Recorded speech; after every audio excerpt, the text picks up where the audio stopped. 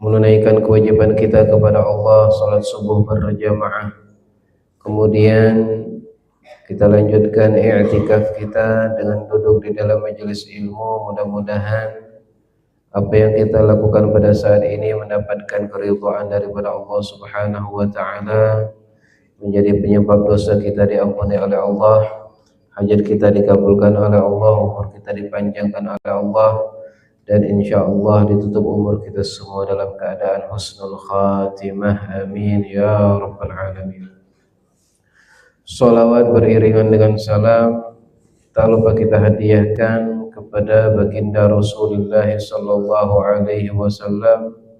Allahumma salli ala sayyidina Muhammad wa ala ali sayyidina Muhammad. Mudah-mudahan berkat salawat dan salam yang terus kita sampaikan kepada beliau, insyaallah kita semua di hari kiamat kelak mendapatkan syafaat pertolongan daripada Nabi kita Muhammad sallallahu alaihi wasallam. Amin ya rabbal alamin. Bapak Ibu hadirin hadirat jemaah Masjid Nahdlatul Iman yang dimuliakan oleh Allah, alhamdulillah kembali bersama-sama kita melanjutkan pengajian kita di dalam pembacaan kitab Nurul Yaqin fi Sirati Sayyidil Mursalin, tentang perjalanan kehidupan Nabi besar Muhammad sallallahu alaihi wasallam. Pada pertemuan kemarin kita sudah membahas tentang sedikit permasalahan perang, yaitu perang Hunain, yang mana dijelaskan bahwasannya Rasulullah sallallahu alaihi wasallam setelah Fathu Mekah, penaklukan kota Mekah, mendatangi sekelompok daripada suku Thaqif dan Hawazin, yang mana mereka ingin menyerang dan menyerbu pasukan umat Islam yang ada di kota Madinah. Akibat mereka tidak rela dan tidak senang dengan kemenangan umat Islam. Maka Rasulullah Shallallahu Alaihi Wasallam pun, Bapak Ibu yang dimuliakan oleh Allah, menyiapkan jumlah pasukan yang banyak, 12.000 pasukan, dan ini yang disebutkan oleh Allah Subhanahu Wa Taala di dalam Al-Quran, yaitu idh a'jabatkum kathratukum, ketika umat Islam merasa bahwasannya jumlah mereka banyak. Nah, di sini merupakan sebagaimana yang kita jelaskan perang yang Allah Ta'ala sebutkan di dalam Al-Quran, yaitu perang Badar dan juga perang Hunain. Tidaklah Allah menyebutkan dua perang ini, Bapak Ibu yang dimuliakan oleh Allah, melainkan di situ pasti ada maksud dan hikmah. Kalau kita perhatikan perang Badar itu jumlah sedikit tapi musuhnya banyak. Perang Badar 300 lawan 1000 lebih pada waktu itu, awal-awal mulai Islam.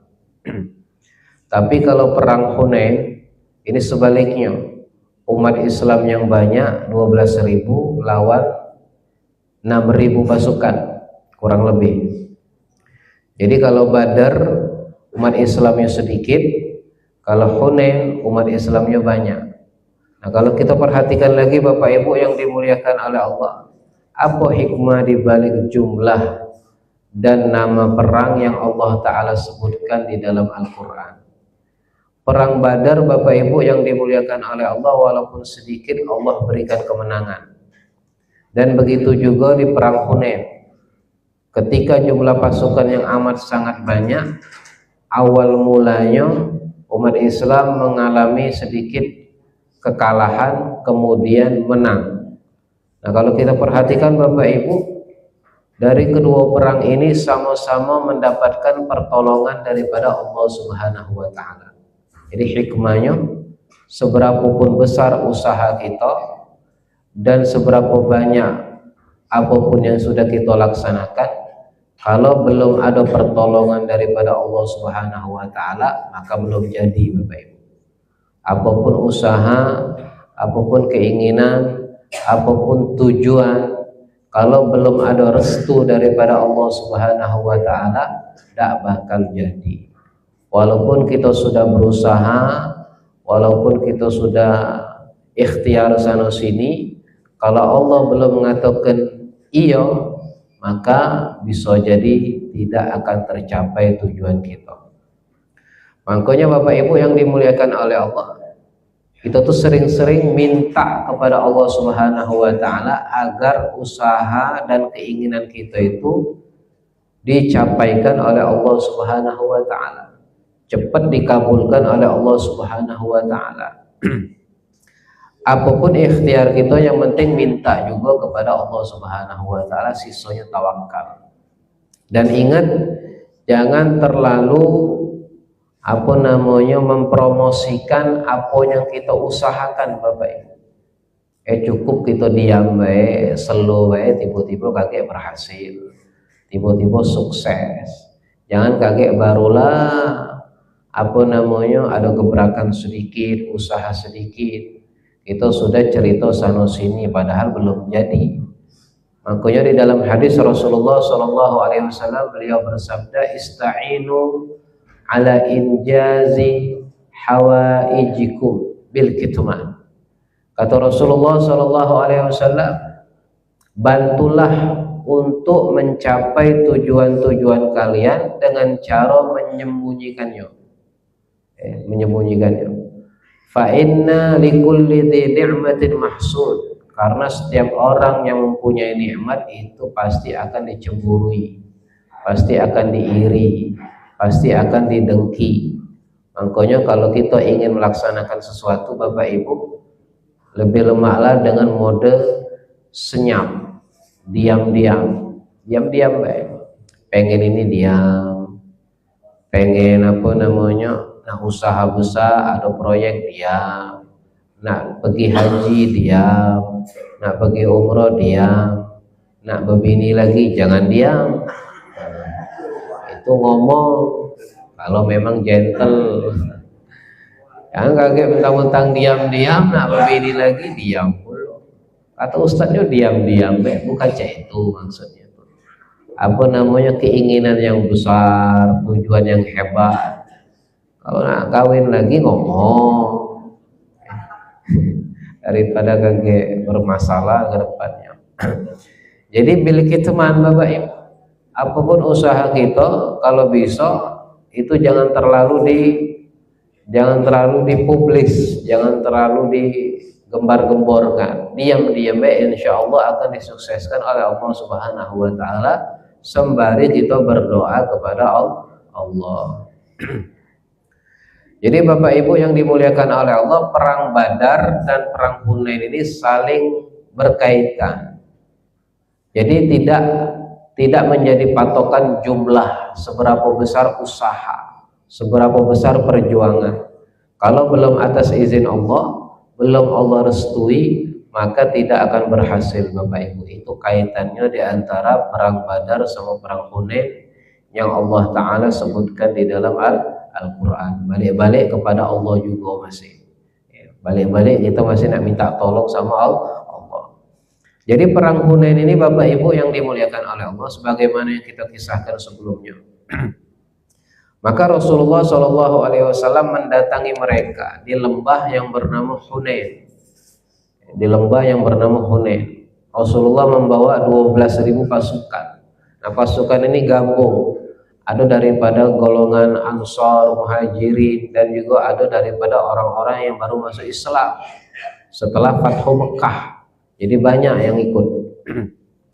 Ketika sesampainya Rasulullah SAW, Bapak Ibu, di lembah yang bernama Hunain, maka pasukan umat Islam langsung dihujani dengan ribuan anak panah dari lembah-lembah gunung. Itu salah satu strategi mereka, yaitu menjemput dan menyambut pasukan umat Islam dengan hujanan anak panah. Nah, ini yang paling sulit, Bapak Ibu. Makanya itu Nabi itu senang ya kalau ada para sahabat ataupun daripada kelompok umat Islam yang mereka itu punya keahlian memanah. Bahkan Nabi besar Muhammad SAW mengajarkan di dalam hadisnya dan mengatakan alimu auladakum ar-rimaya was-sibahah. Ajarkan anak-anak kalian itu berenang dan juga bermain anak panah, karena bakal membantu di dalam perjuangan umat Islam. Kalau pedang kan mungkin itu untuk mode jarak dekat, tapi kalau sudah main busur panah Bapak Ibu itu modenya jarak jauh, jadi bisa menyerang musuh dari kejauhan. Nah ini juga strategi panahan ini Bapak Ibu, inilah yang mengalahkan umat Islam ketika di perang Uhud. Seandainya kalau kelompok umat Islam yang Rasulullah perintahkan untuk tidak berpindah Bapak Ibu, maka insya Allah umat Islam tidak bakal kalah di perang Uhud. Tapi kita pelajari dan kita ketahui umat Islam kalah di perang Uhud gara-gara pasukan pemanah turun. Dan bahkan efek sampingnya Bapak Ibu, Rasulullah SAW banyak mengalami luka-luka, banyak mengalami juga di antara pasukan umat Islam itu korban jiwa. Rasulullah giginya sampai patah, pelipisnya terluka, macam-macam, masuk kepada lubang. Itu gara-gara pasukan pemanah yang tidak mentaati perintah Nabi Muhammad SAW. Nah Bapak Ibu yang dimuliakan oleh Allah, ini umat Islam langsung disambut dengan ribuan anak panah. Nah dari situ mulai kekalahan umat Islam.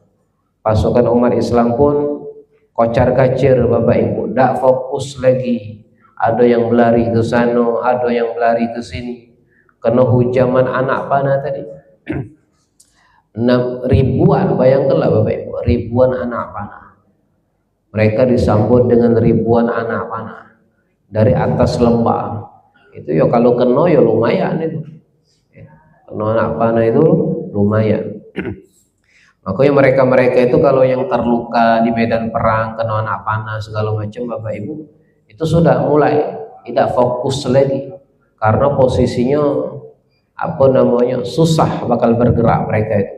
Masih mending kena sabitan pedang, itu masih mending daripada kena hujaman anak panah. Karena panah itu Bapak Ibu ketika nancep selesai dia, susah untuk bergerak, dan kalau dicabut potensi dia langsung mati pada waktu itu, karena anak panah itu kan tajam dan dia runcing bagian bawah, dia nancap permanen, biarlah dulu, jangan dicabut dulu.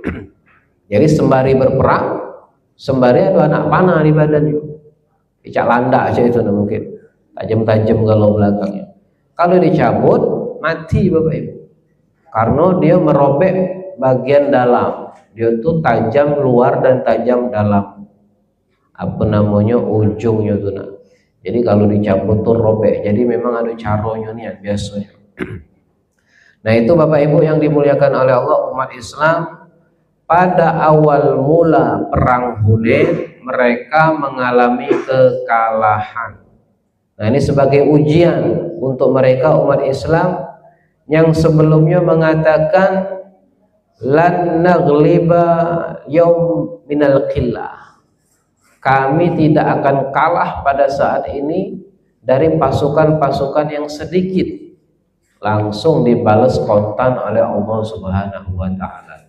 Mereka kalah Bapak Ibu, gara-gara sombong tadi, gara-gara pidi bahwasannya meyakini kemenangan, keberhasilan itu dari mereka, bukan dari pertolongan Allah Subhanahu wa Ta'ala. Singkat cerita Bapak Ibu yang dimuliakan oleh Allah, maka Allah Subhanahu wa Ta'ala pun tidak tega melihat pasukan umat Islam yang kocar kacir, dan juga Rasulullah SAW mengalami kesulitan. Akhirnya Rasulullah SAW berseru kepada seluruh pasukan umat Islam, ana nabiyyun la kadhib, ana ibnu Abdul Muttalib. Aku adalah nabi yang tidak pernah berdusta, dan aku adalah cucu daripada Abdul Muttalib. Karena Nabi Muhammad SAW meyakini dan menjanjikan kepada mereka umat Islam kemenangan daripada Allah Subhanahu wa taala. Akhirnya diserukan, wahai Ansar, wahai Muhajirin. Akhirnya mereka kembali berkumpul mengikuti komando Nabi besar Muhammad SAW. Nah, pada waktu itu Bapak Ibu yang dimuliakan oleh Allah, maka Allah Ta'ala pun wa anzala junudan lam yarawha. Allah Ta'ala mengirimkan bala bantuan pertolongan kepada umat Islam, yaitu merupakan prajurit-prajurit yang tak kasat mata. Prajurit-prajurit yang tak kasat mata. Dan ini juga yang Allah turunkan ketika perang Badar. Jadi perang Hunain sama Badar ini hampir sama statusnya. Perang Badar Allah turunkan pasukan tak kasat mata. Perang Hunain juga Allah turunkan pasukan tak kasat mata.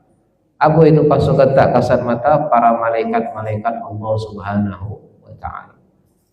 Jadi ada yang mengatakan malaikat itu Bapak Ibu yang dimuliakan oleh Allah betul-betul ikut serta di dalam perperangan bersama umat Islam. Para ulama mengatakan malaikat yang Allah turunkan ketika di perang Hunain itu 5,000 malaikat yang Allah turunkan. Ada yang mengatakan 8,000 malaikat. Bahkan ada yang mengatakan 16,000 malaikat. Versinya banyak. Malaikat melok turun, melok berperang. Ada yang mengatakan Bapak Ibu yang dimuliakan oleh Allah, mereka tidak berperang para malaikat, tapi mereka cuma memberikan ketenangan, ketentraman kepada hati-hati umat Islam agar mereka tidak gelisah, tidak khawatir, tidak merasakan bahwasannya pertolongan Allah itu tidak datang. Jadi ketika para malaikat turun, mereka mengalami ketenangan, ketentraman batin. Ada yang mengatakan juga Bapak Ibu, para malaikat itu ikut niat perang, melok perangnya. Ada yang mengatakan demikian. Bahkan pernah dulu kita kisahkan juga Bapak Ibu, di perang Badar itu para malaikat itu ikut perangnya. Di perang Badar malaikat itu ikut perangnya. Ada yang mengatakan tidak berwujud malaikatnya. Ada yang mengatakan tidak berwujud. Ada lagi yang mengatakan malaikatnya berwujud seperti wong, seperti manusia, menyerupai manusia. Ada yang mengatakan tidak kata rupanya, pokoknya tidak ada wujudnya, cahaya baik. Makanya dikisahkan juga di sebagian kitab bahwasanya orang-orang Quraisy itu Bapak Ibu ketika di perang Badar itu terkadang melihat sahabat-sahabat mereka itu tiba-tiba jatuh dewe, tiba-tiba jatuh dewe, mati itu. Tidak kata penyebabnya. Nah ini kata para ulama salah satu daripada perbuatan-perbuatan malaikat-malaikat Allah Subhanahu wa ta'ala yang ikut serta di dalam perang Badar. Nah perang Hunain ini demikian juga Bapak Ibu. Allah kirim bala bantuan yaitu dengan berupa para malaikat-malaikat Allah Subhanahu wa ta'ala. Kemudian Rasulullah SAW pada waktu itu Bapak Ibu yang dimuliakan oleh Allah, beliau mengambil segenggam tanah. Rasulullah SAW mengambil segenggam tanah pasir, kemudian dilemparkan ke udara. Sembari Rasulullah SAW mengatakan syahatil wujuh, wajah-wajah yang dipenuhi dengan debu. Maka seketika itu Bapak Ibu yang dimuliakan oleh Allah, orang-orang daripada suku Thaqif dan Hawazin itu mereka mengatakan bahwasannya ketika perang di Hunain kami merasakan bahwasannya wajah kami itu dipenuhi dengan debu. Mereka merasakan wajah-wajah kami dipenuhi dengan debu, dipenuhi dengan pasir, seakan-akan mereka itu tidak bisa nengok Bapak Ibu, gara-gara daripada mukjizat ataupun karomahnya Nabi besar Muhammad Shallallahu Alaihi Wasallam. Beliau lempar pasir tidak jauh Bapak Ibu, sedikit tapi mengenai seluruh daripada suku Arab Thaqif dan Hawazin pada waktu itu. Ini luar biasa Bapak Ibu, pertolongan daripada Allah Subhanahu wa taala. Jadi banyak Allah berikan pertolongan kepada pasukan umat Islam. Allah berikan pertolongan kepada Nabi besar Muhammad sallallahu alaihi wasallam. Allah berikan pertolongan kepada siapapun yang bertawakal dan ikhlas minta tolong kepada Allah Subhanahu wa taala. Jadi poinnya Bapak Ibu, jangan lupa untuk minta bantuan kepada Allah Subhanahu wa taala. Setiap hari kita di dalam sholat, kita membaca di dalam surat Al-Fatihah, Iyyaka na'budu wa iyyaka nasta'in. Kepada Allah kami menyembah dan kepada Allah kami minta pertolongan.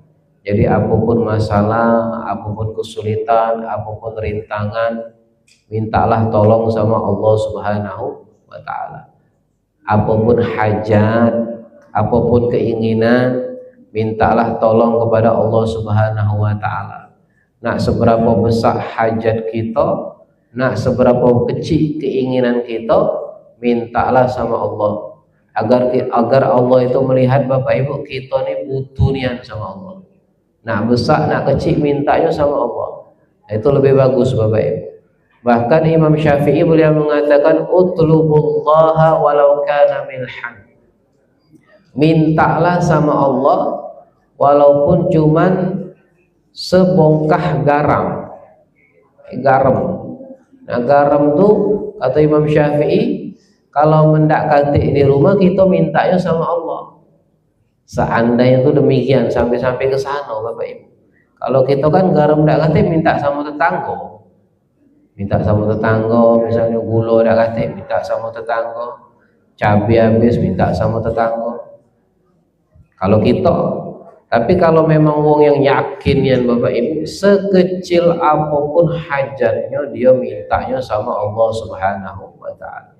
Saking menunjukkan bahwasannya kita itu betul-betul butuh kepada Allah Subhanahu wa taala. Ya ini tahapannya tidak mudah. Memang susah. Kita kadang memang mengedepankan sesuatu yang pasti bela. Yang ado-ado dulu bela, yang tidak katik kaget, yang ada depan mata dulu baru kita laksanakan, kita gawikan. Yang tidak katik ya sudah kaget. Tapi berusaha kita Bapak Ibu yang dimuliakan oleh Allah, apapun kebutuhan kita mintanya sama Allah Subhanahu wa taala. Kemudian Bapak Ibu yang dimuliakan oleh Allah, ada satu pelajaran di perang Hunain. Bahwasannya salah seorang sahabat yang bernama Khalid bin Walid itu mengalami luka yang amat sangat parah di perang Hunain ini.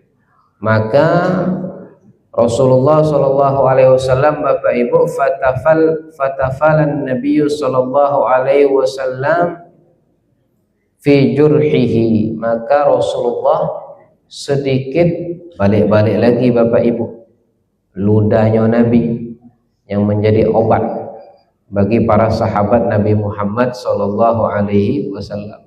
Kalau pernah kita ceritakan di perang Khaybar, ludahnya Nabi itu mengobati sakit matanya Sayyidina Ali.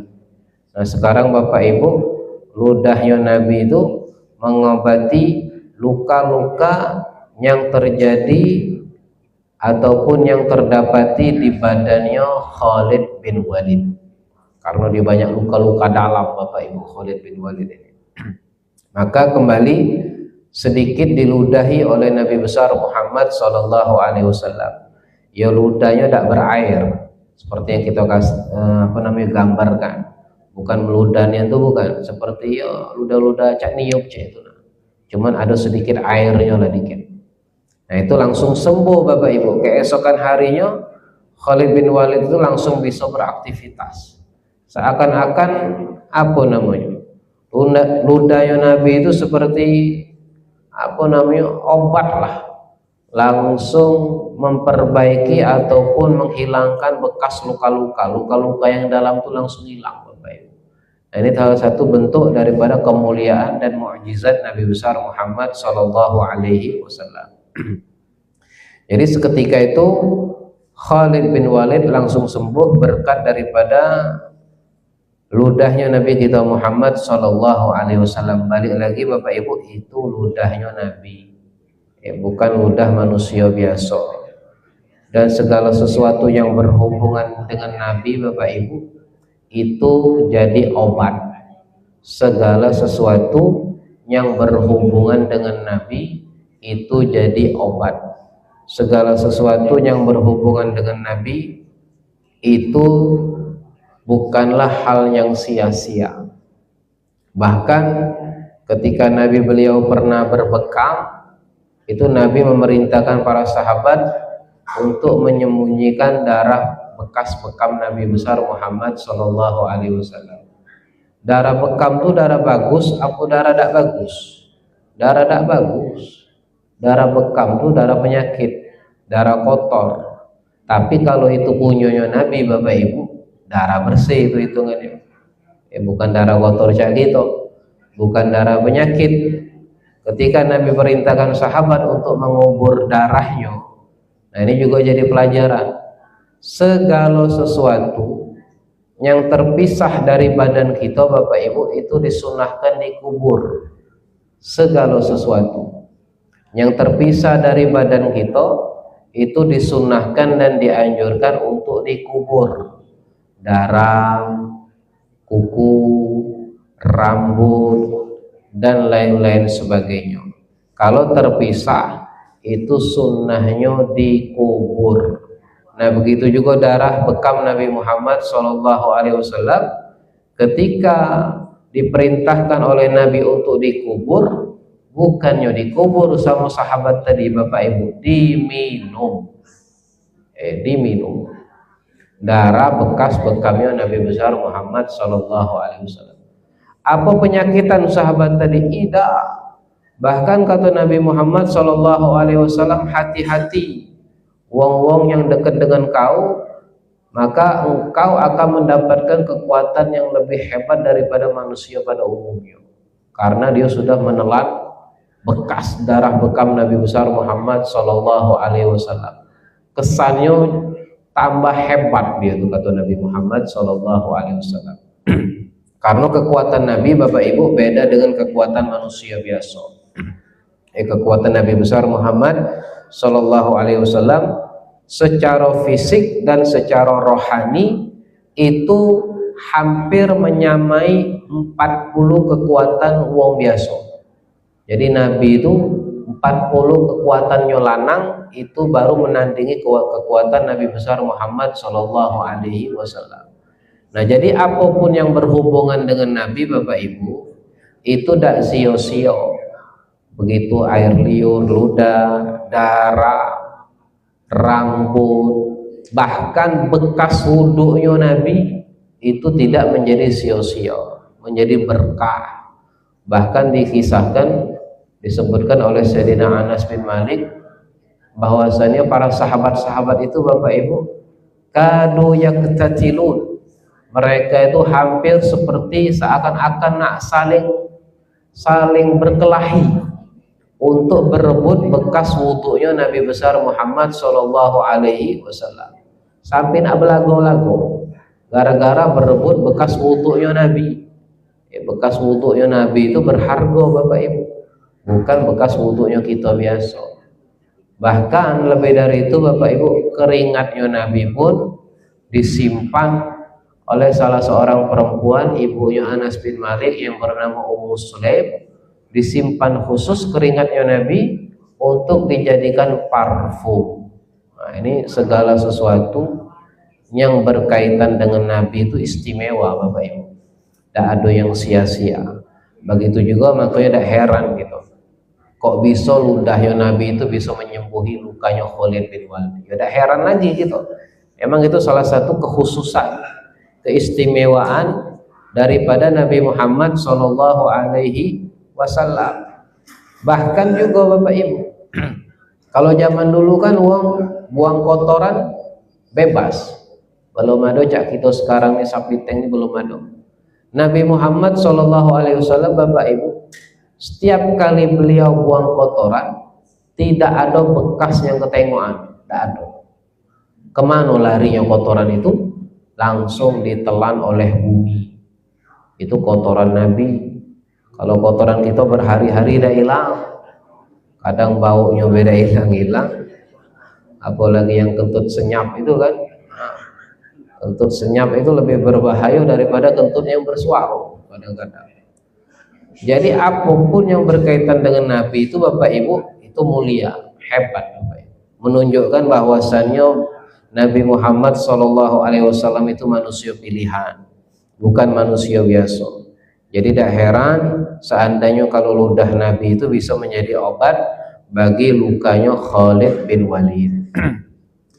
Kemudian Bapak Ibu yang dimuliakan oleh Allah, perang Hunain dimenangkan oleh umat Islam berkat pertolongan daripada Nabi besar Muhammad SAW, mulai daripada pertolongan para malaikat, mulai daripada pertolongan ketenangan jiwa batin yang Allah berikan, dan juga rasa takut yang Allah tancapkan kepada hati-hati kaum Hawazin dan Thaqif. Kemudian Bapak Ibu yang dimuliakan oleh Allah, kita jelaskan juga kemarin mereka banyak bawa hewan, istri, segala macam, dibawa galo-galo sebagai pendukung. Maka setelah kekalahan ini Bapak Ibu yang dimuliakan oleh Allah, umat Islam banyak mendapatkan rampasan perang. Tercatat bahwasannya jumlah orang-orang yang ditawan sampai kurang lebih 6.000 orang. Kemudian ghanimah rampasan perang yang didapat oleh umat Islam Bapak Ibu kurang lebih onta berjumlah 24.000 onta, kambing berjumlah 40.000, dan perak kurang lebih 4.000 uqiyah. Kalau 4.000 uqiyah itu ya mungkin ya anggaplah 4 kilo lah mungkin, atau 40 kilo lah tahu. Ini timbangan dulu ini Bapak Ibu. Jadi banyak rampasan perang dapat ini. Nah, ini salah satu kebaikan Nabi Muhammad SAW Bapak Ibu. Rampasan perang ini banyak diberikan kepada orang-orang yang baru masuk Islam daripada orang-orang kafir Quraisy pada waktu itu. Banyak diberikan mereka, termasuk juga Abu Sufyan, orang-orang Arab, banyak mendapatkan daripada bagian-bagian rampasan perang. Buat apa? Buat melunakkan hati mereka, buat agar mereka itu lebih tertarik dengan Islam. Baru melok perang sekali sudah dapat banyak oleh-oleh, sudah banyak dapat rampasan perang. Nah, ini salah satu kebaikan daripada Nabi besar Muhammad SAW. Jadi orang-orang yang baru masuk Islam itu justru jatahnya dapat banyak Bapak Ibu. Gara-gara apa? Gara-gara agar mereka itu lebih tertarik lagi untuk mengenal Islam. Makanya kan di dalam bagian zakat itu salah satu termasuk orang yang berhak menerima zakat wal muallafati qulubuhum. Orang-orang muallaf yang baru masuk Islam itu berhak menerima zakat.